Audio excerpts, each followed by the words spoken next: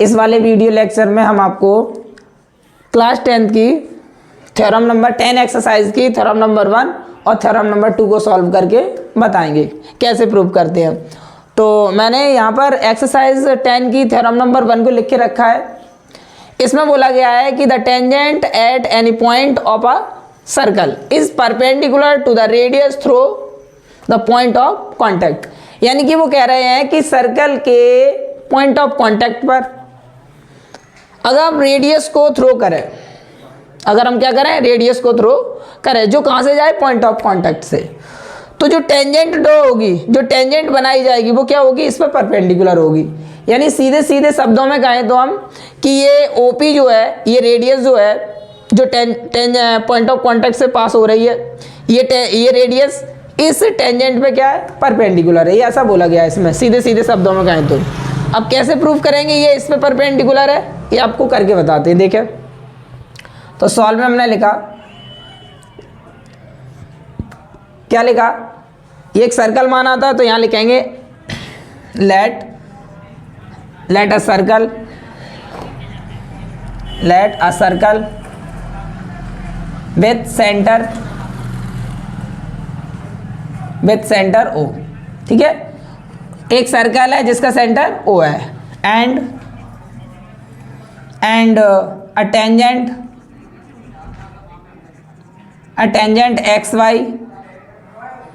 XY meet माने मिलती है, meet the circle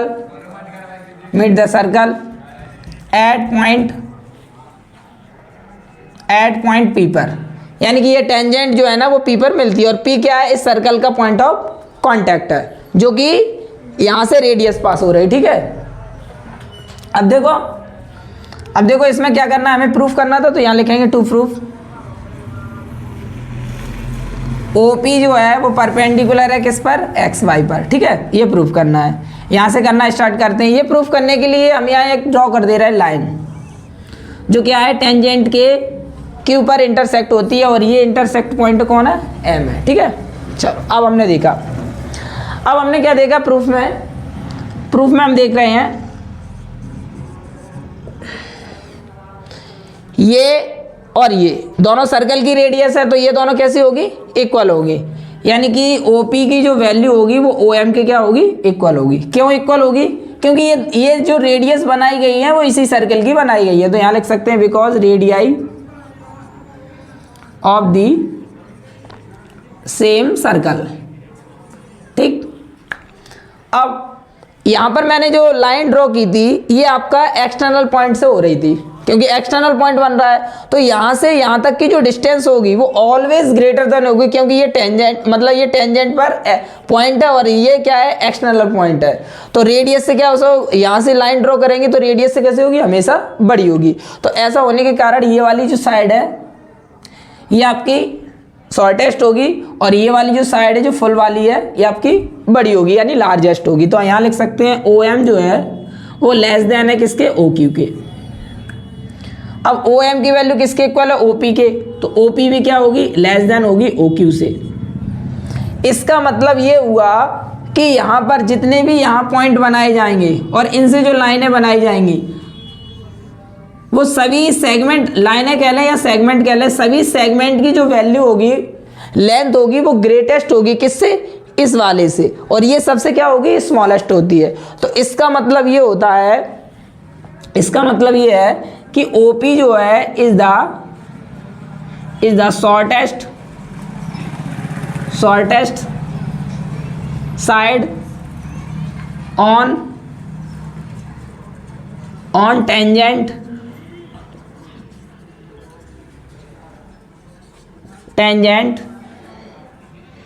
tangent XY। ठीक, और इसका मतलब होता है कि OP जो है वो परपेंडिकुलर है किसके, XY के। ठीक, तो ये हम आपका होता है प्रूफ। ठीक है, इस तरीके से इस थ्योरम को सॉल्व करेंगे। नोट करें, फिर अगली थ्योरम कराएं। अगली थ्योरम है आपकी सेकंड थ्योरम।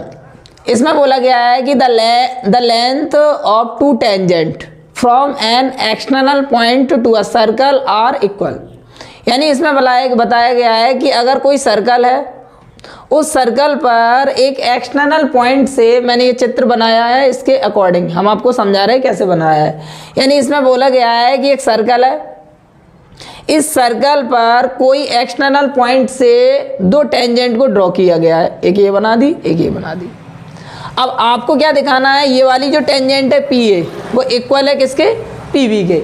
ये हमें इस थ्योरम में प्रूफ करके बताना है। अब कैसे बताएंगे, देखो सबसे पहले तो हमने क्या किया, ये सर्कल माना है तो यहाँ पर लिखेंगे सॉल्व में लेट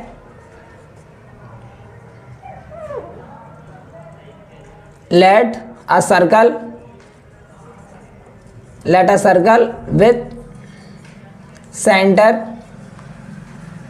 O, यानी एक सर्कल है जिसका सेंटर कौन है, O है, एंड पी ए और पी बी, पी ए या ऐसे लिख लो, and two tangent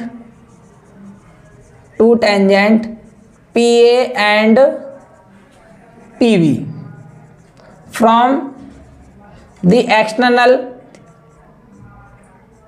external point P, ठीक है।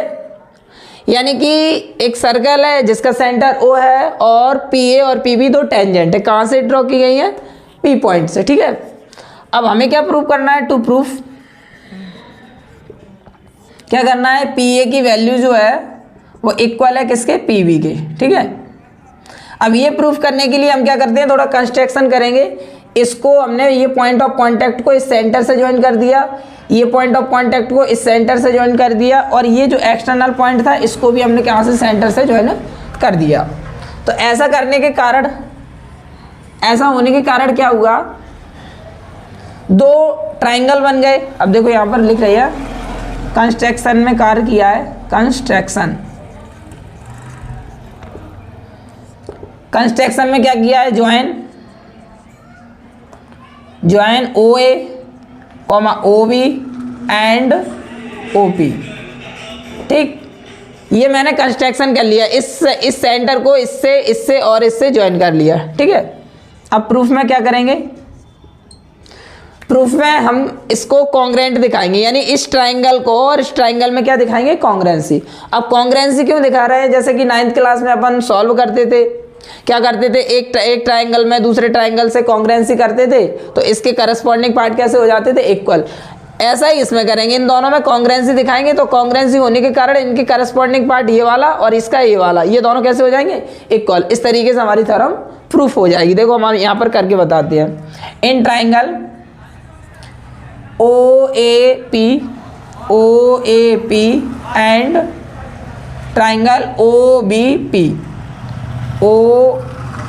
पी में क्या देखा हमने, कॉन्ग्रेंसी दिखाना है तो तीन चीज़ें देखनी पड़ेंगी, या तो आप एंगल देख लो या साइड देख लो, यानी तीन चीज़ आपको क्या करना है, इक्वल प्रूफ करना है, मतलब इक्वल दिखाना है, जिसके कारण ये दोनों में कॉन्ग्रेंसी हो जाएगी, ठीक है। अब देखो कैसे करते हैं। सबसे पहले हमने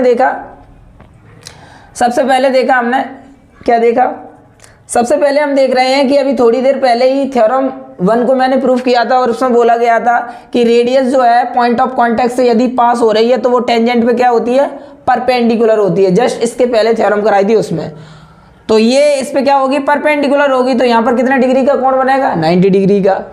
इसमें भी यही कार्य हो रहा है, देखो ये रेडियस है, ये आपकी टेंजेंट है, तो ये क्या हो रही होगी, परपेंडिकुलर हो रही होगी इस पे, तो यहाँ पर भी कितना डिग्री का एंगल बन रहा होगा, 90 डिग्री का। यानी यहाँ 90 डिग्री का बन रहा है, यहाँ भी 90 डिग्री का बन रहा है, और ऐसा होने के कारण ये दोनों एंगल कैसे हो जाएंगे, इक्वल। किस ट्रायंगल में, इसमें और इसमें। तो यहाँ लिख देंगे angle O A P is equal है angle O B P is equal 90 degree. क्यों इक्वल है, क्योंकि radius is always perpendicular to tangent. तो यहाँ पर हम लिख सकते हैं, शॉर्ट में लिख दे रहे हैं, आप फुल में लिख लेना, लैंग्वेज में क्या लिखेंगे कि रेडियस या टेंजेंट रेडियस लिख लो, radius is perpendicular to the tangent, या शॉर्ट में लिख दो ओ ए परपेंडिकुलर है किसके, पी ए पर, एंड ओ बी परपेंडिकुलर है किसके, पी बी पर। ठीक। तो ऐसा होने के कारण ये 90 डिग्री एंगल बनी थी, ठीक है। पहले तो आपने ये प्रूफ कर दिया कि ये इसके इक्वल है। दूसरी बात, ये लाइन जो है ना रेडियस है इस सर्कल की, ये भी लाइन इस सर्कल की रेडियस है, तो दोनों कैसे हो जाएंगे इक्वल। तीसरी बात, ये कॉमन आ रही है देखो दोनों ट्राइंगल में, तो यहाँ लिख देंगे PO is equal to PO। क्यों है? क्योंकि कॉमन है। और ये रेडियस है OA इक्वल टू OB। क्यों है? Radii of the same circle, ठीक।